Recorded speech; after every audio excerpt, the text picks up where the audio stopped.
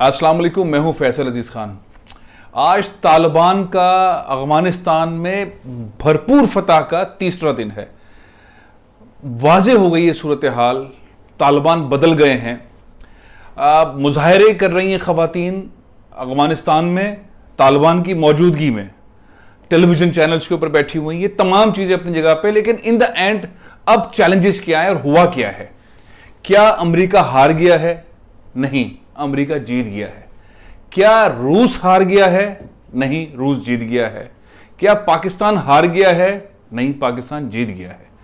तालिबान हार गए हैं? नहीं, तालिबान आखिर जीत गए हैं। और पूरे अफगानिस्तान पे पहली बार 40 साल में पहली बार एक हुकूमत बनने जा रही है जो तालिबान के हाथों से बनेगी और जिसमें बहुत सारे इत्तेहादी होंगे। यहां हारा कौन है? दहशतगर्दी हार गई है। तालिबान ने कहा है कि वह अपनी सरजमीन को दहशतगर्दी के लिए इस्तेमाल होने नहीं देंगे। अल-कायदा, आईएस, तहरीक तालिबान पाकिस्तान, यानी कि पाकिस्तान में भी अब दहशतगर्दी नहीं होगी। रॉ के ठिकाने खत्म, यानी कि अब बलूचिस्तान में दहशतगर्दी नहीं होगी। कुलभूषण यादव जैसे लोग दाखिल नहीं हो सकेंगे, यानी कि कराची में दहशतगर्दी नहीं होगी, यानी कि क्वेटा में दहशतगर्दी नहीं होगी। अब उनके जो स्लीपिंग सेल्स हैं उनको पकड़ के उनको दबोचने वाला मरला है, यानी कि एक आधा राउंड दहशतगर्दी का पाकिस्तान में हो सकता है। लेकिन जितनी मरबूत हिकमत अमली हो रही है उससे बिल्कुल यह लगता है कि अब पाकिस्तान में दहशतगर्दी नहीं होगी, अफगानिस्तान से कोई दरअंदाजी नहीं होगी और कोई दहशतगर्दी नहीं होगी। मैं चंद बहुत ही अहम शख्सियात से गुज़िश्ता कोई 1-1.5 घंटे में बात करता रहा हूं जो इस सारे मामले को देख रहे हैं। कुछ अहम इदारों के लोग। पाकिस्तान इस वक्त जो रोल प्ले कर रहा है वो तालिबान के साथ नहीं, लेकिन तालिबान के साथ है। वो इंटरनेशनल कम्युनिटी के साथ पाकिस्तान खड़ा हुआ है। पाकिस्तान की जीत हुई है। अब हैरान हो रहे होंगे आखिर कैसे अमेरिका की जीत हुई है। अमेरिका की जीत ऐसे हुई है कि अमेरिका ने 20 साल तक और इनडायरेक्टली 40 साल तक रशिया को, यूएसएसआर को रोके रखा गर्म पानी तक। गर्म पानी मतलब पाकिस्तान का जो समंदरी गवादर और ये है, वहां तक रोके रखा। और अब रशिया पूरी चेन के साथ उतर रहा है और सबसे पहले शायद चीन तस्लीम करेगा तालिबान की हुकूमत को, उसके बाद रूस करेगा। और रूस बाकायदा तौर पर इस पूरी डेवलपमेंट वाली साइड पर अपना रोल प्ले करेगा। इसी तरह से पाकिस्तान की कामयाबी हुई है। जो 70,000 पाकिस्तानियों को शहादतें हुई और जो स्ट्रैटेजी पाकिस्तान की पहली बार पाकिस्तान की हिस्ट्री के अंदर मिलिट्री और सिविल क़यादत की स्ट्रैटेजी बन रही है, बहुत मोहतात अंदाज में, कदम से कदम मिला के, क्योंकि ये जो भी फैसला पाकिस्तान ने करने हैं वो पाकिस्तान का मुस्तकबिल तय करेंगे। जो हम 20-30 साल तरक्की नहीं कर सके अफगान वॉर की वजह से, मुजाहिदीन को सपोर्ट करने की वजह से, अमेरिका को सपोर्ट करने की वजह से, और जो हमारी दहशतगर्दी हम पीछे रह गए दुनिया में। तो अब ये एक बहुत ही बड़ा पाकिस्तान को एक सिस्टम बनाना है जिससे पाकिस्तान स्पीड से तरक्की करे। तो ये जो आज कल परसों में जो फैसले होने हैं इसमें पाकिस्तान की तरक्की का मेयार जो है वो तय होने जा रहा है। तो दोनों हमारी क़यादतें, मिलिट्री और सिविल, वो बहुत मोहतात अंदाज में आगे बढ़ रही हैं और शानदार मौका है पाकिस्तान के लिए। यही आइंदा 48-72 घंटे तय करेंगे कि पाकिस्तान की उड़ान जो टेक ऑफ कर रहा है पाकिस्तान वो कैसे करेगा।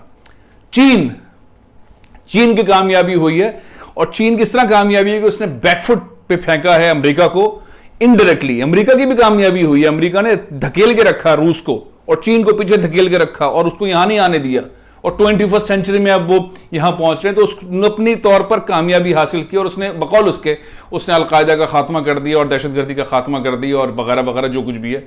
लेकिन चीन जो है वो पूरी दुनिया के अंदर जो नेटवर्क्स बना रहा है उसके लिए बहुत जरूरी था सीपैक को स्पीड से कंप्लीट करना, ईरान के साथ काम करना, टर्की तक चला जाना, अफगानिस्तान को सेंट्रल एशियन कंट्रीज के साथ मिला देना, अपने बॉर्डर से मिला देना। ये चीन की बहुत बड़ी कामयाबी है और चीन लीड ले रहा है, बैकफुट पे कर रहा है अमेरिका को भी और इंडिया को भी। और इंडिया, सबसे बड़ा नुकसान इस पूरे प्रोसेस के अंदर इंडिया को हुआ है। इंडिया ने पहले भी तालिबान की हुकूमत को तस्लीम नहीं किया था।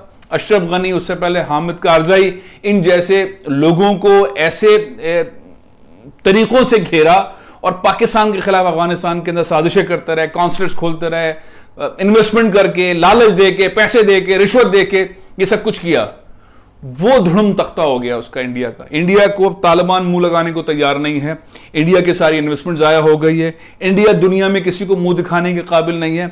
इंडिया का जो वो चल रहा है ना, बीच में एक साहब का बड़ा अच्छा क्लिप चल रहा है कि दो बड़ों की लड़ाई में खामखा बच्चा पिट गया गली में। इंडिया के साथ यही हुआ, दो बड़ों की लड़ाई में खामखा में इंडिया पिट गया। तो इंडिया का कोई स्टेक अफगानिस्तान में नहीं है, उसको समझ नहीं आ रहा कि वो ईरान की तरफ जाए, वो पाकिस्तान के खिलाफ साजिशें करता रहा सारी दुनिया के अंदर। पाकिस्तान ने सबूत पेश कर दिए, एक बार नहीं 10 बार पेश किए। इस सारे सिनेरियो के अंदर इंडिया के साथ जो हुआ है, अमेरिका भी उसको नहीं बचा पा रहा। अब अपॉर्चुनिटी क्या है? अपॉर्चुनिटी यह है कि पाकिस्तान की जो क्रेडिबिलिटी है, पाकिस्तान सारे हकाइक सामने रखता रहा है, लेकिन दुनिया कहते रही नहीं तुम तालिबान के साथ हो, तालिबान तुम्हारे साथ है, तुम ये कर रहे हो। पाकिस्तान के पास एक शानदार मौका है कि वो अपनी क्रेडिबिलिटी जो है वो कायम करें, फौरी तौर पर तालिबान की हुकूमत को बिल्कुल जो है वो तस्लीम ना करें, बल्कि वो बंच की सूरत के अंदर तस्लीम करें। चाइना रूस करे, उसके बाद पाकिस्तान करे, और टर्की और ईरान और ये सारे, और उज़्बेकिस्तान, और एक क्लब की सूरत में देर भी ना करे, लेकिन पहले ही उसमें जब तस्लीम किए जा रहे हैं उस वक्त तस्लीम करें, और बहुत ही मजबूत अंदाज में, क्योंकि जो तालिबान की मौजूदा क़यादत है वो पाकिस्तान की रिस्पेक्ट भी करती है, और पाकिस्तान ने जो कुर्बानी दी है, अशरफ गनी के साथ भी चलते रहे हैं, तो हामिद कारजाई के साथ भी चलते रहे हैं, और हर सूरत में पाकिस्तान जो है वो 40 सालों के अंदर बहुत नुकसान उठाता रहा है। महाजरीन यहाँ पे रहे हैं, दहशतगर्दी यहाँ पे हुई है, अफगान दहशतगर्दी यहाँ पे हुई है, इंडियंस की दहशतगर्दी अफगानिस्तान के थ्रू यहाँ हुई। तो पाकिस्तान ने अपने आप को, जो पाकिस्तान कहता रहा है कि हमारे साथ ये हुआ है और हमारे साथ ये हुआ, इकोनॉमिकली हमारे साथ तकरीबन $150 अरब की हमारी इंफ्रास्ट्रक्चर और कमर्शियल नुकसान हुआ है पाकिस्तान का इस अरसे के अंदर।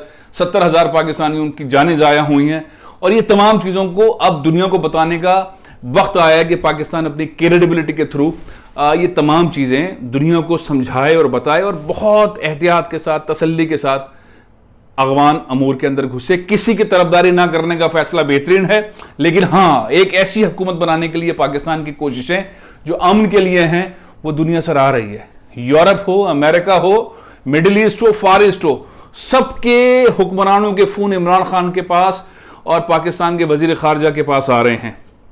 तमाम अहम एम्बेसडर्स जो हैं वो हमारे आर्मी चीफ जनरल कमर बाजवा साहब के साथ मिल रहे हैं। तो पाकिस्तान ने अपना एक बहुत मजबूत जो अपॉर्चुनिटी थी वो बना ली है, और वक्त के साथ पाकिस्तान और बनाता जाएगा, क्योंकि पाकिस्तान बहुत ही इंपॉर्टेंट रोल पे तो है ही है, लेकिन सच्चाई के साथ तमाम चीजों के ऊपर खड़ा भी है। अब क्या नहीं करना चाहिए? ये जो खामखा के पाकिस्तान के वजीर है ना, जो फजूल किस्म की बातें करते हैं, उनका काम नहीं है अफगानिस्तान के मामले पर बोलना, किसी वजीर का काम नहीं है सिवाय शाह महमूद कुरैशी साहब के, सिवाय वजीर आजम पाकिस्तान के, सिवाय दफ्तर खारजा के तर्जुमान उनके, या सिवाय पाकिस्तान के DGISPR जो दिफाई अंदाज के अंदर बात करते हैं, उस अमूर के ऊपर बात करते हैं उनके। अब किसी का काम, फवाद चौधरी का काम नहीं है, बहुत अच्छा बोलते हैं, उनका काम नहीं है। वो ब्रीफिंग दे सकते हैं कि काबीना ने ये तय किया, लेकिन वो फॉरेन पॉलिसी के ऊपर बात ना करें। शेख रशीद साहब फॉरेन पॉलिसी पे बात ना करें। नेशनल सिक्योरिटी एडवाइजर जो है मोहिद यूसुफ साहब, उनको बात करनी चाहिए। तो फजूल किस्म की गुफ्तगू पाकिस्तान के टारगेट्स को चेंज कर सकती है। तो अब ये तय हो गया है कि जो इंसानी हकूक के मामलात हैं उसके ऊपर तालिबान जिस अंदाज के अंदर जा रहे हैं, दुनिया को मुतमईन कर रहे हैं। लेकिन ये अलग बात है, जिस तरह के इंसानी हकूक के मामला चाइना के अंदर है, चाइना के अंदर 1 पार्टी सिस्टम है, उनके मुल्क है, उनका सिस्टम है, उनका आईन है, वो जिस हिसाब से भी चले। सऊदी अरब है, उनका मुल्क है, वो जैसे भी चले। तो यहाँ पे इस्लामी कानून तो आएगा ही आएगा, लेकिन खवातीन के हकूक, खवातीन को नौकरी करने का, तालीम हासिल करने का, वो तमाम हकूक के ऊपर बात रखी जा रही है, बहुत ज़बरदस्त अंदाज में बात रखी जा रही है। पिछले 24-48 घंटों में तालिबान की क़यादत ने मीडिया के लोगों से बात की है, मीडिया के ऊपर खवातीन को इंटरव्यूज़ भी दिए हैं, अस्पतालों में मेडिकल, पैरामेडिकल स्टाफ, डॉक्टर्स के साथ बात की, उसमें खवातीन शामिल हैं। तालिबान ने मीटिंग्स की हैं, उनके मसाइल सुने, अक़लियतें उसमें बातें की हैं, मीटिंग्स किए हैं, ताजरों से बातें की है। दुनिया हैरान है, ये कैसे तालिबान है? तो तालिबान अब बदल गए हैं, और पहली बार अफगानिस्तान के अंदर, जैसे मैंने आपको पहले बताया, 40 साल बाद एक बड़ी हुकूमत बनने जा रही है, और जिसने तय कर लिया है कि अब दहशतगर्दी हम नहीं होने देंगे। हथियार जमा किए जा रहे हैं, रिकॉर्ड लिखा जा रहा है, सारे अफगानिस्तान के अंदर हथियार जमा हो रहे हैं, तालिबान हथियार जमा कर रहे हैं, शहरियों से जमा कर रहे हैं। और ये जो सबसे बड़ी खबर है वो ये है कि अब पाकिस्तान में दहशतगर्दी नहीं होगी। पाकिस्तान में 99% दहशतगर्दी जो हुई है या होती है वो अफगानी बॉर्डर के थ्रू होती रही है, ईरान से भी होती रही। लेकिन ईरान किस तरह इस्तेमाल हुआ, ईरान बहुत समझदार। अफगानिस्तान उस तरह से कैपेबिलिटी के अंदर पूरा नहीं था, लेकिन अब 100% सरहदें जो हैं वो इस वक्त तालिबान के पास हैं। अब कोई चांस नहीं है कुलभूषण यादव जैसे लोगों का, रॉ के नेटवर्क का, कोई चांस नहीं है मोदी की उन पॉलिसीज का।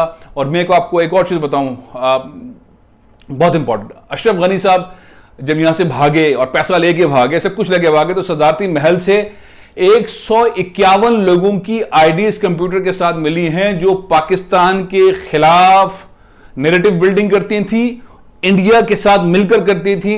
वो जो नैरेटिव भी चल रहा था ना बहुत अरसे से, अब वो पाकिस्तान के खिलाफ वो जो साजिशें चल रही थी सोशल मीडिया पे वो भी कम हो गई, क्योंकि वो स्टेशंस बंद हो गए जो अफगानिस्तान से चल रहे थे, जो इंडिया चला रहा था। इंडिया वहां से भाग चुका है, अशरफ गनी वहां से भाग चुका है। एक नई सूबा का आगाज है। लेकिन सबसे खूबसूरत बात यह है कि इस नई सूबा के आगाज में खुशहाली, तरक्की नजर आ रही है। चीन इन्वेस्टमेंट करने जा रहा है, रूस इन्वेस्टमेंट करने जा रहा है, टर्की इन्वेस्टमेंट करने जा रहा है, और इस खित्ते में नई इन्वेस्टमेंट्स हो रही हैं। यहां से दहशतगर्दी का हमेशा के लिए खात्मा हो रहा है।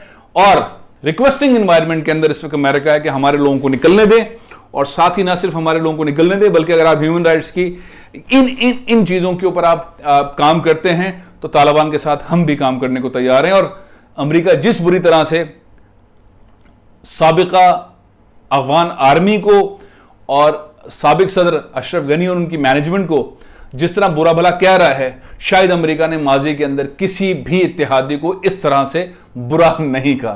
तो दहशतगर्दी खत्म, अमन आ रहा है, सूरज तुलू हो रहा है इस खित्ते में खुशहाली का, और पाकिस्तान तेजी से टेक ऑफ करने के लिए रनवे पर है। और पाकिस्तान की मिलिट्री और सिविल क़यादत एक पेज पर हैं, बहुत फूक फूक के कदम रख रही हैं।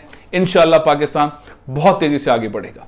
प्रोग्राम में खत्म कर रहा हूं, इंशाल्लाह कल फिर हाजिर होऊंगा। इजाजत दीजिए। पाकिस्तान जिंदाबाद।